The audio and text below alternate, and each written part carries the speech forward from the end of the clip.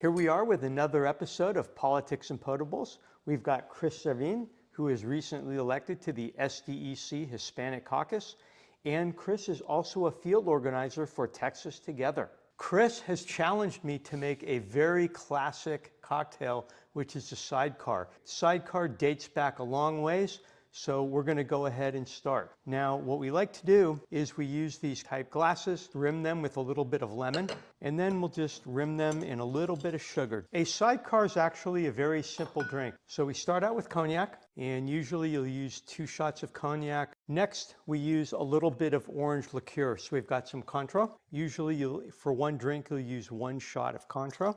And the final ingredient is lemon juice. And you'll usually use about 3/4 of a shot of lemon juice. Next, we'll get our ice. And we'll give it a good shake to get it nice and cold. Here is a sidecar. A little bit of burned lemon peel, we'll burn it to extract some of the oil out of the lemon. And there you have it, a sidecar. Cheers. Pa arriba, which means up. Pa arriba. Pa'l centro, which means near center. Al centro. Y pa dentro, which means inside. Y para dentro. Oh, that's good. Like it? Yeah, it's real good. So Chris, you've had quite the busy week. You were at the Texas Democratic Convention. You were spending a lot of time networking, working on getting elected to the caucus, talking to all kinds of people. Talk a little bit about that. Yeah, so it was a great time down in Corpus Christi, seeing all the Democrats really energized, all in one spot. Obviously, there's a bunch of different caucuses in the SDEC, such as the Hispanic Caucus, but there's also the LGBTQ plus caucus, the Labor Caucus, the Education Caucus, or the Environmental. Although we have different backgrounds or interest in our communities, we all came together unified as Democrats. There was a lot of great speakers. Bernie Sanders obviously was the keynote speaker. Legislator from Tennessee, I want to say, Justin Pearson. A lot of great speakers from all over the state, and it was a great time seeing everyone ready for these midterm elections. Anything surprise you down there? What surprised me most was that Kendall Scudder won in the first round of voting, which means he won an outright majority of all the people who voted, because just about every other office or position had multiple rounds of voting, but he won it outright in campaigning and in delivering results, at least in the eyes of the delegates who were there. What do you think he did differently from other people to make it through the first round? The chairman, he's done a good job of campaigning and making sure that his presence was known around the state. He had a lot of great groups backing him, like the Progressive Caucus. A lot of the members that they had endorsed for the SDEC, such as myself, we ended up winning. How do you think that'll impact the party going forward in the elections coming up in 2026? Above all, they want change. They're tired of this politics of old where people just want something different, something bombastic, something bold. I mean, we've seen it all across the country with the candidates that are most popular, Graham Plantner in May, Abdul Al-Sayed in Michigan, and in New York. I mean, oh my gosh, they had a lot of super progressive voices, and not even progressive. They don't even call themselves progressive. They call themselves democratic socialists. Now, I'm not saying that's going to happen here in Texas, but at the very least, people want progressive economic policy above all else. They want, affordable healthcare. They want to be able to afford to live in the same communities that they grew up in.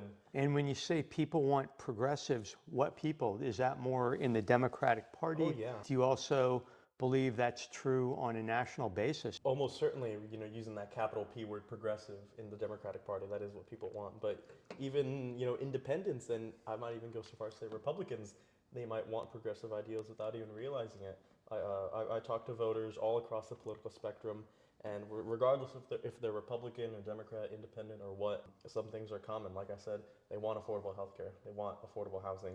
We really do have a branding problem. I did a pretty extensive study on how Mandami won, and what he did was he actually played down the Democratic Socialist. He made it safer to vote for him, actually allied himself with Silva. I thought was a very smart move on his part. And he was running against a Democrat and a Republican. Yes, he was. He was running against Andrew Cuomo and Curtis Lewa. So he was really getting attacked by both fronts, but he still pulled an overwhelming majority. How do you see that type of strategy being applied here in Texas? So I think above all else, the Democratic Party, we need to be a big tent party. Something that we have an issue with is that we find ourselves talking down to people or lecturing people.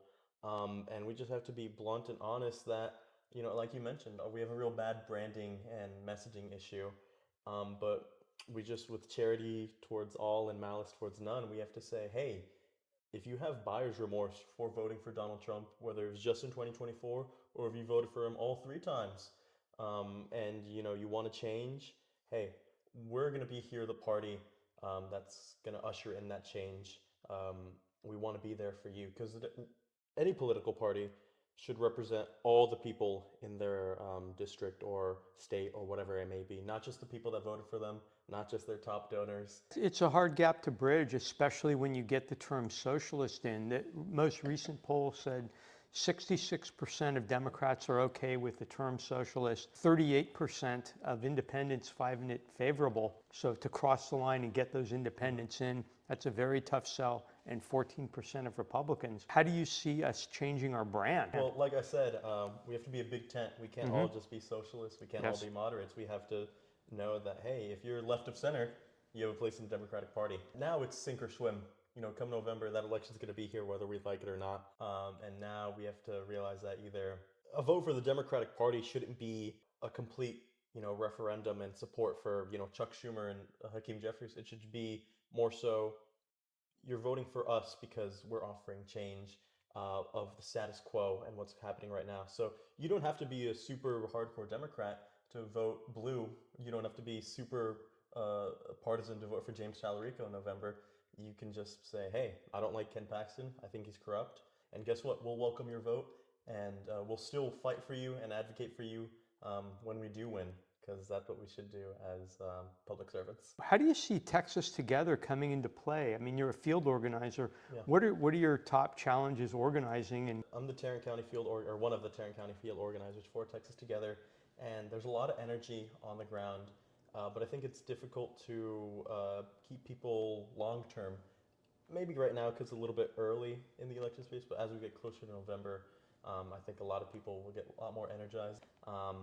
But right now, I think that the volunteer work that we've seen from people, at least from here in Tarrant County, has been tremendous, and we hope to continue that trend. That's what I like about Texas Together, that we're here for all our Democrats, not just James Talarico, not just Gina Hinojosa, not just Vicki Goodwin. We're here to uplift and support all Dems. Of course, the top of the ticket, they're our focus, but local county commissioners, and we want to support them wherever we can. And what does that support look like for these way down ballot candidates? Yeah, so like I said, we're Texas Together, we're here for all our Democrats. And we do offer campaign services, rather, to those Democrats, and we help identify key Democrats. Like when you go into Van and you filter your list to only Democrats, we're the ones right now put in that work to make sure that we identify the Democrats, because we talk to voters, and we hear about their issues and their concerns and what they want to change.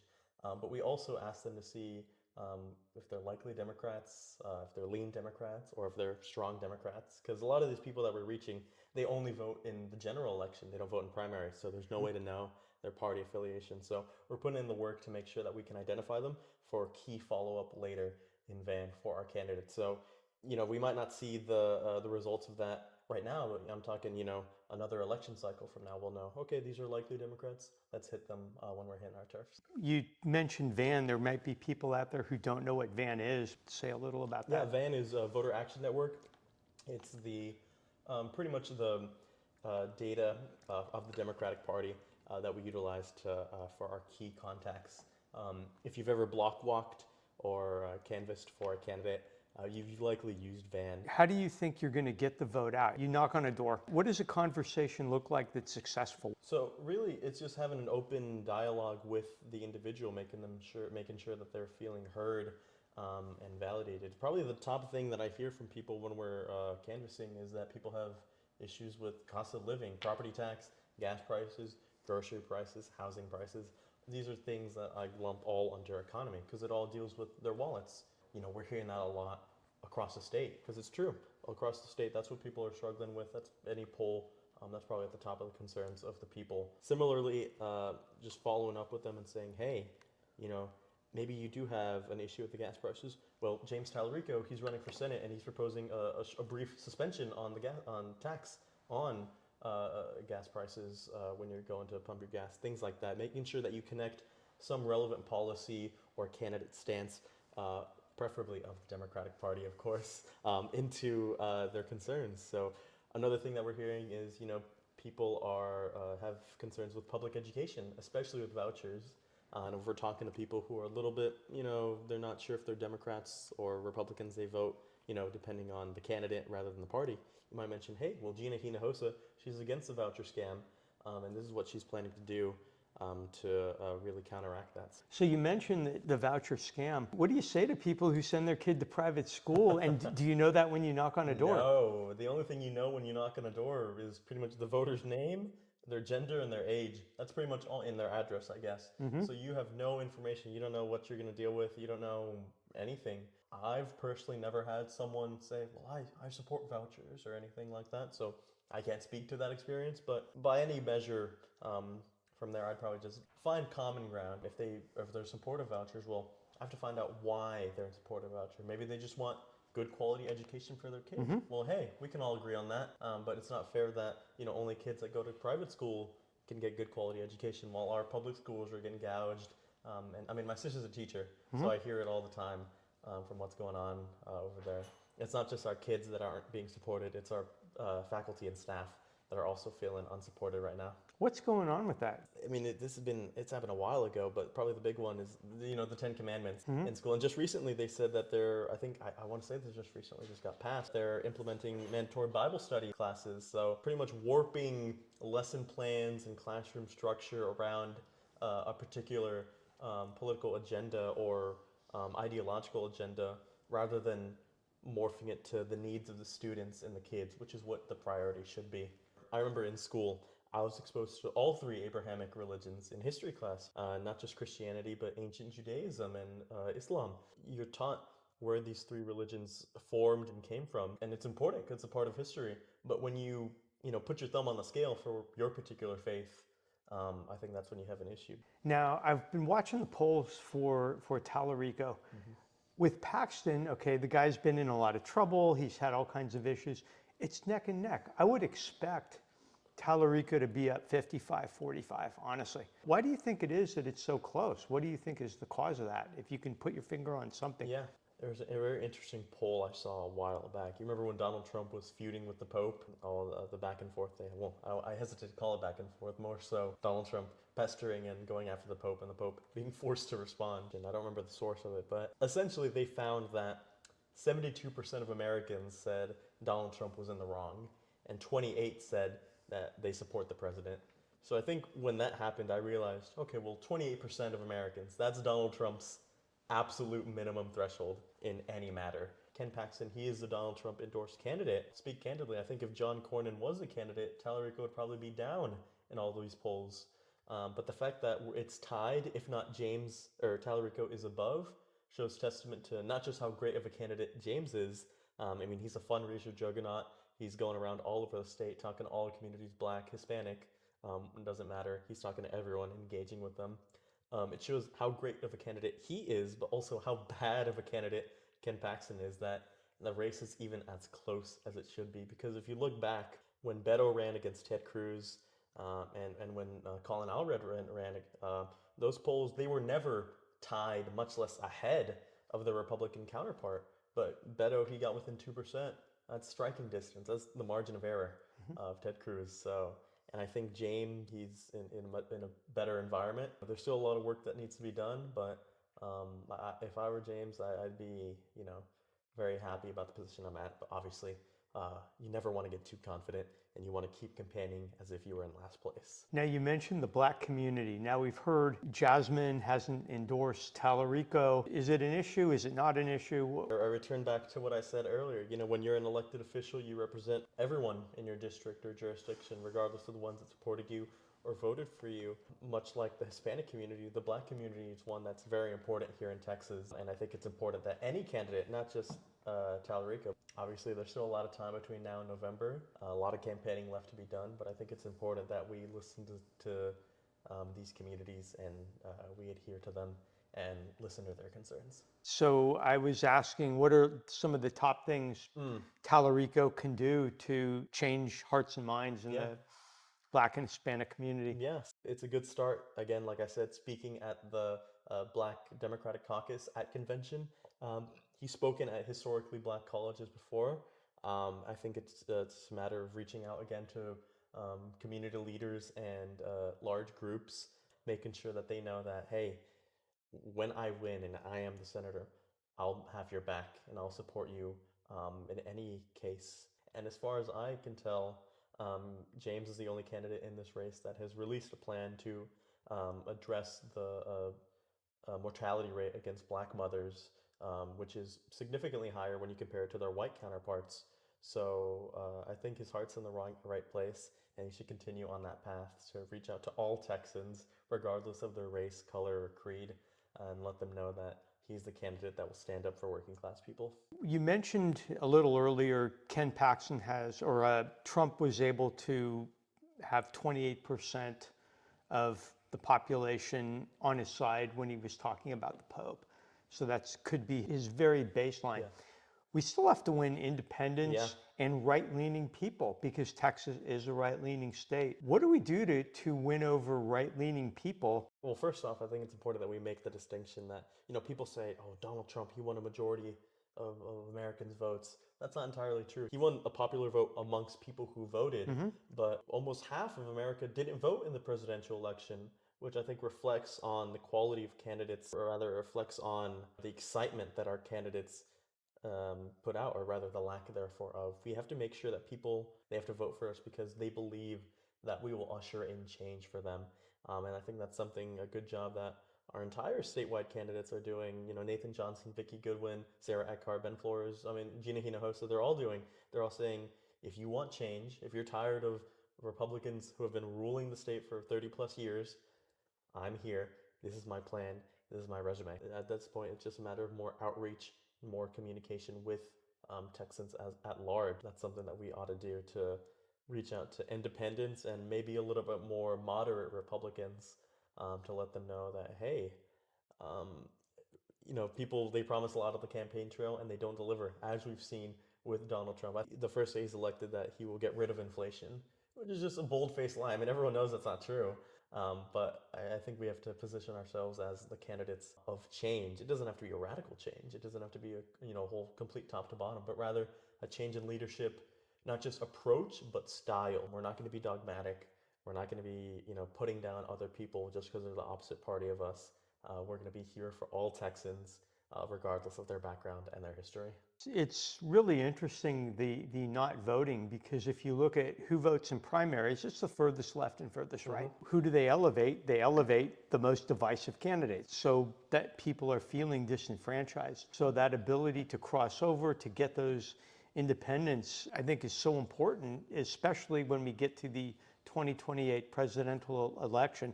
I honestly don't think Trump is going to make it to 2028. That's just my gut.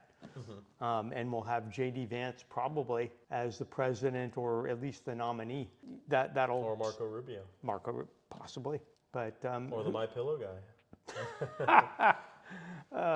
Who do you think would be a good 2028 presidential nominee? I think it's still too early to tell. There's some people that have been circling around, and I have an eye for this. I can tell, okay, you're probably going to run. Even just at the Texas Democratic Party convention, we had two people, potentially even three, more than likely throw their hat into the race, Cory Booker and J.B. Pritzker. I'm sure that, if people have thrown around names like, hell, they've even said James Talarico should run if he wins Texas. And I promise you, on November 4th, when we win that Senate seat, there will be a New York Times article saying, the next presidential candidate, and it's going to be a picture of James Talarico. People have said John Ossoff from Georgia. They've even said Zoran Mamdani, even though he's not eligible because he's a natural-born American citizen. They said AOC. I think there's a lot of great candidates, but right now I think our focus should be on the 2026 midterms. So tell me a little bit about the SDEC. What exactly is it, and what should people know about it? Yeah, the SDEC is the State Democratic Executive Committee. Think of the Democratic Party, or any political party really, as sort of like a company. The CEO is the chairman, and the board of directors is the State Democratic Executive Committee. Pretty much the SDEC is the group that facilitates and really votes on how the party leans and operates. So each congressional district has two delegates, one male and one female, or two delegates of different gender identities. But there's a lot of groups, non-statutory groups, that also have votes and committees on the SDEC, such as the Hispanic Caucus, which I am the committee man for, or the Black Caucus, or the Indigenous Peoples Caucus, or Texas College Democrats, and so on and so forth. And just recently, the Progressive Caucus just recently got their two SDEC seats. Now there will be two representatives of the Progressive Caucus on the SDEC. So pretty much, if you've ever wondered, why did the Texas Democratic Party, why are they doing this or why are they doing this? Sometimes it's because the SDEC, people that you can vote for at your the next convention, which will be in Fort Worth in 2028. So I better see you there, John, because it's so close by. And then what is the relationship between the SDEC and candidates, who runs, who wins primaries? How does that all work? So when you're on the SDEC, you're technically part of the Democratic Party. And it's my understanding that because you're a part of the party infrastructure, you can't really get meddled into primaries because you don't want to, be biased or give any candidate an unfair advantage. To my understanding, it's a pretty independent wing of traditional candidates. Just because you're running for Congress or governor doesn't mean that you'll be working with the SDEC necessarily. Because the SDEC is more so the party infrastructure, and the candidates are the front-facing people that are actually engaging with community and running for public office. If you're going to be a good SDEC member, it's good to stay involved and be engaged, such as attending events, if not hosting them yourself, being engaged with people of your constituency, either in your congressional district or if you're out of a specific community like the Hispanic Caucus, staying engaged with them, pretty much working to drive, uplift, and support Democratic voices and candidates, but they got to get past that primary first. They can certainly have conflicting or different ideas. How all do they come together? Yeah, so the SDEC gets divided by different committees. So depending on your congressional district or your background, such as the Hispanic Caucus, you get split up further into committees like finance, for instance. So it's not just that the SDC, they're all voting on one thing. There's a committee, we'll use finance for this example, to determine, okay, well, what are we going to do in regards to money this time around? And then they'll look around, and that committee will work towards that and then eventually present that to the wider committee as a whole. You mentioned the finance committee. Sounds very interesting to me. Yeah. How much money are we talking? Yeah, well, I'm not, like I said, I just got in there. I'm not privy to, exact dollar amounts, but I will say that here in the Texas Democratic Party, in part to the previous leadership that we had here, we did recently get out of debt. We were in a pretty big rut a while back, borderline, on the cutting room floor, to now a fully functioning and operating major political party. Our organizers, candidates, and staff will do to make sure that we deliver for working class Texans. Now, I constantly get hit up for donations. How would you characterize the value, if you were going to describe the value in one or two sentences that you get for a donation? What is that value really? It's an interesting distinction. I know you said one or two sentences, but I'm going to give you way more than that. Okay. That's but fair. When you look at the Republican Party apparatus, overwhelmingly, people donate to the party, the capital P or the capital R Republican Party, and then that money gets funneled towards the candidates. And we even saw a recent Supreme Court ruling that muddled with a little bit of campaign finance and how that money can get spent and distributed.